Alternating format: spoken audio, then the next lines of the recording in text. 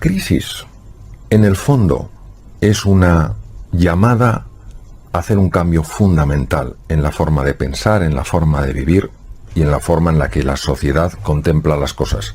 Lo que ocurre es que dependiendo de la forma en la que nosotros valoramos esa crisis, vamos a obtener un resultado u otro. Por ejemplo, si una persona ante una situación de crisis, una situación de dificultad, una situación de inflexión en su vida, lo valora como una oportunidad para hacer un cambio fundamental en su forma de comportarse, en su forma de moverse, en lo que sea, en ese momento esa crisis le va a ayudar a explorar un campo nuevo.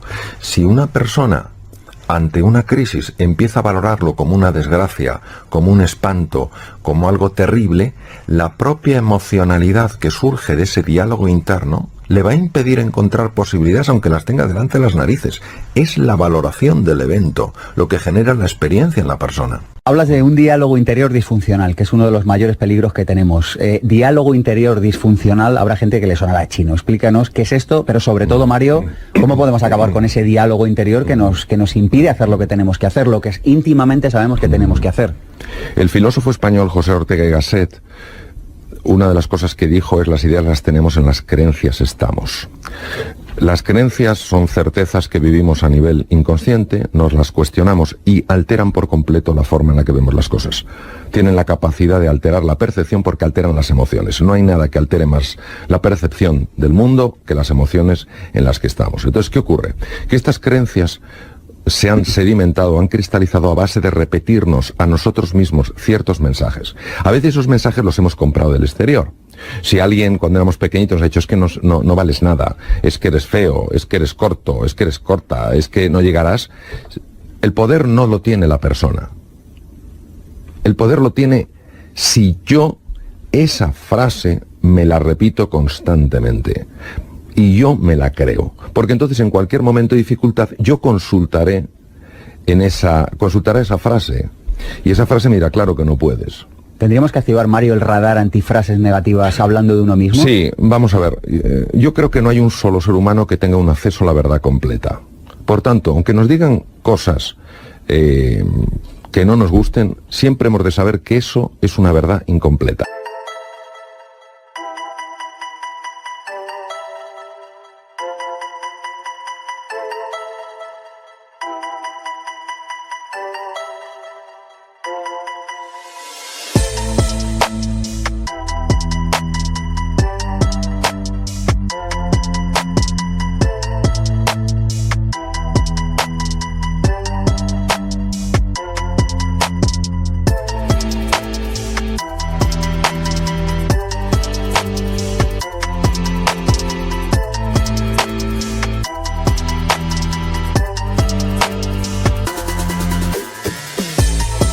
En caso de que sea una verdad incompleta, a lo mejor es que no es verdad en absoluto, pero si me dicen: eres torpe, bueno, en algunas cosas yo soy torpe.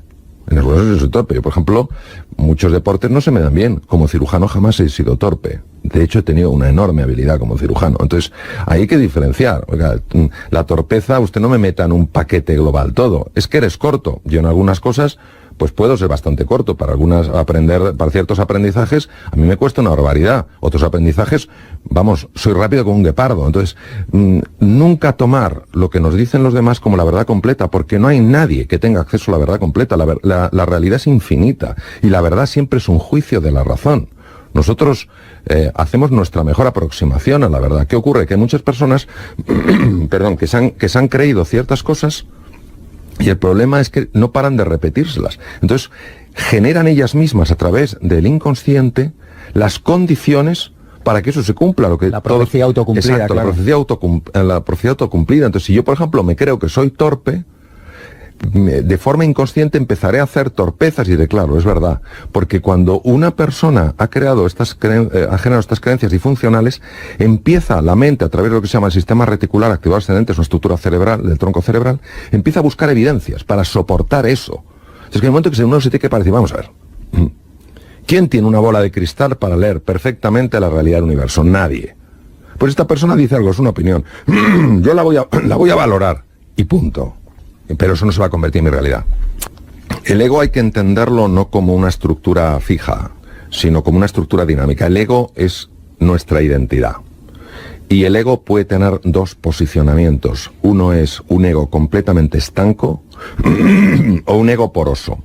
El ego estanco hace que yo me sienta completamente separado del resto. No veo ningún punto en conexión. Solo me preocupa sobrevivir. Solo me preocupa utilizar a los demás para mis fines. Esto es tremendamente lesivo, porque además es fuente de infelicidad y fuente de enfermedad.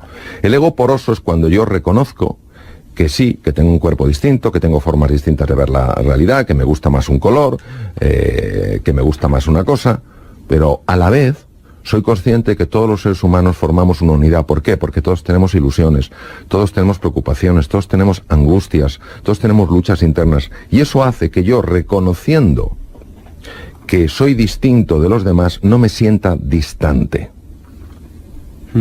Por eso la base de todo cataclismo es el egoísmo, y la base de toda prosperidad es la generosidad. La base de todo cataclismo, por lo menos como yo lo veo, es convertirte en el centro del círculo, y la base de toda prosperidad es la generación de una elipse. Una elipse tiene dos centros: estás tú y estoy yo. Claro, esto genera un encuentro, y donde hay encuentro hay posibilidades, y donde hay posibilidades, pues hay un estado de ánimo radicalmente distinto. La única manera en la que la creatividad aflora es cuando nos topamos con un muro. Porque cuando nos topamos con un muro y nos pegamos con el muro y el muro no se rompe, solo hay dos opciones que podemos tomar. La primera es abandonar, y la segunda es encontrar un camino. Sabemos perfectamente que la creatividad se despliega y la inteligencia se abre precisamente cuando encontramos la dificultad. Lo que pasa es que, como no nos gusta nada sufrir, en cuanto empezamos a notar que darle golpes al muro duele, lo normal es que abandonemos. ¿Cuántas personas, porque han seguido, porque han creído en sus posibilidades, han descubierto que todo muro tiene unas microfracturas y que por las microfracturas poco a poco te puedes ir colando? Yo creo que hay que tener mucha más hambre, mucha más ambición, que no avaricia, por alcanzar la propia plenitud. Yo creo que caemos con mucha facilidad en el conformismo, que en cuanto hacemos una cosa con un cierto nivel de competencia, ya no aspiramos a la maestría. Enseguida nos acomodamos, y creo que este hambre, estas ganas de aprender, estas ganas de progresar, estas ganas de avanzar, no hay que perderlas nunca. Yo he visto personas, me invitaron hace unos años los cocineros del País Vasco para hablar de creatividad con ellos. Fíjate qué cosa, hablar de creatividad con ellos cuando tendría que haber sido yo el alumno. Y yo vi a algunas personas...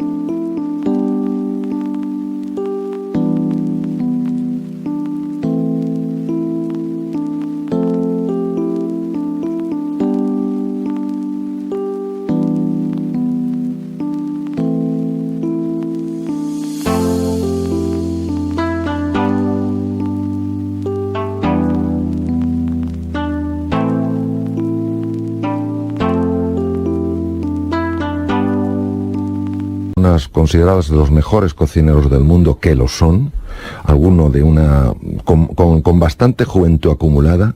Qué ganas de aprender, cómo tomaba notas, cómo preguntaba. Esto es un ejemplo. No me extraña que hayan llegado tan lejos, no me extraña que se hayan convertido pues en el Silicon Valley de la cocina a nivel mundial. No me extraña. Son generosos, tienen ganas de aprender, y sin embargo también te encuentras con personas mucho más jóvenes que dicen: eso ya me lo sé. ¿Ah, sí? Cuéntame algo. Bueno, en fin. La palabra foco, o la palabra atención, el foco de la atención, es clave. Nosotros vamos muy distraídos por la vida. Cuanto más complejo sea el entorno, más claras tienes que tener tus prioridades.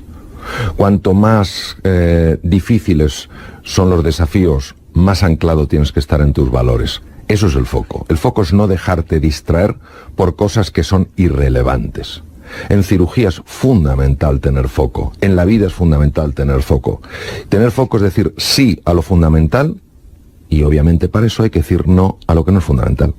Cuando nosotros nos encontramos ante un desafío, la mente tiene que hacer una valoración. Y la valoración es de dos tipos. Una, tierra incierta, tierra desconocida. Dos, tierra hostil. Si la valoración que hace la mente es tierra hostil, solo puede poner en marcha tres mecanismos. Ha sido así por muchísimo tiempo en la evolución de las especies.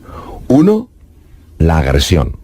Otro, la huida. Sí. Y otro, el bloqueo. Pues hay personas que quedan estancadas en la agresión, se sienten amenazados por la vida, se sienten amenazados por los demás, aunque los demás no les estén amenazando, y eso hace que tomen posturas agresivas, estén muy irritables, tiendan incluso a ser personas violentas. Es una lectura errónea de lo que está ocurriendo.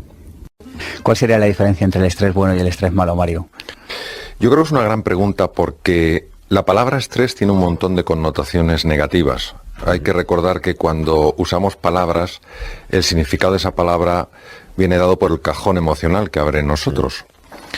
El estrés es un mecanismo sumamente complejo que lo que pretende es ayudarnos en ciertos momentos en los cuales nuestra capacidad de afrontar el reto que tenemos delante no es suficientemente adecuada.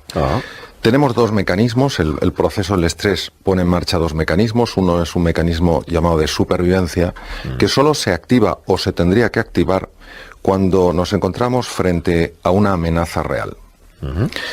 Pongamos el caso de una situación en la que vamos a cruzar una carretera, llega un autobús y en un momento determinado nuestro cerebro percibe el peligro y nos bloquea. Y gracias a eso el autobús no nos atropella. O en entornos tal vez más alejados de la civilización, ante la presencia de un depredador, se ponen en marcha procesos de ataque, de huida o de bloqueo, que son los tres típicos del mecanismo de supervivencia. ¿Por qué? Porque tienen que ser respuestas tremendamente rápidas. El cerebro no puede elegir entre 33 respuestas cuando la vida depende de segundos. Sin embargo, hay otro mecanismo que es el mecanismo de adaptación. En un mecanismo de adaptación, la clave es que el cerebro no percibe una amenaza, sí percibe incertidumbre, sí percibe cambio. Comprende que puede haber peligros, comprende que puede haber oportunidades, y los sistemas que se activan son totalmente diferentes de los mecanismos de supervivencia, porque aquí, por ejemplo, hay un cambio muy interesante en el riego sanguíneo del cerebro y nos damos mucho más cuenta de lo que está pasando. Nuestra capacidad de tomar decisiones es más acertada, nuestra capacidad de memorizar, nuestra capacidad de mantener en medio de lógico miedo un punto de entusiasmo por lo que podemos descubrir, se pone también, se activa, se pone en marcha. El problema surge cuando confundimos los mecanismos y el cerebro interpreta una situación en la que lo ideal sería activar mecanismos de adaptación con una situación en la que nos vemos amenazados. Esto lo estamos viendo muchísimo hoy en día. No cabe duda de que la situación que se vive económica, la situación económica que se vive actualmente en el mundo es muy compleja. Lo que pasa es que si nosotros ante esa situación activamos mecanismos de supervivencia, las únicas reacciones que van a surgir de la activación de este proceso es ataque, huida o bloqueo, que lo estamos viendo muchísimo. Sin embargo, si vemos que, de acuerdo, es un terreno incierto, el mundo ha cambiado en un montón de aspectos y nosotros tenemos que adaptarnos, podremos darnos cuenta de los nuevos patrones que operan, de cómo podernos manejar. El eustrés, la forma positiva de estrés es, o vendría a significar, la activación del mecanismo correcto de acuerdo al estresor, de acuerdo al reto.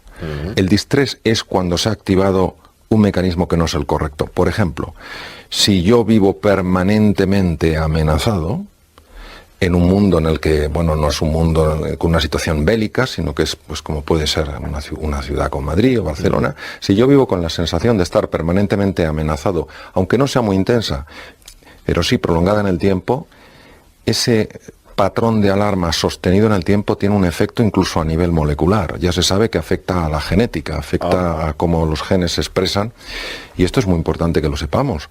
Nuestras emociones ya es una cosa muy testada científicamente. Nuestras emociones afectan a la genética. Hay veces que pensamos que los genes pues son los que son y se expresan o no, pues dependiendo de cuál es nuestro genoma. No es así. Los genes tienen, digamos, interruptores que hacen on o hacen off. Un gen se expresa o no se expresa dependiendo de estos interruptores. Y sabemos que tanto los entornos en los que vivimos, el aire que respiramos, la alimentación Y nuestro estado emocional afecta muchísimo a la expresión de unos y otros genes. Qué fuerte.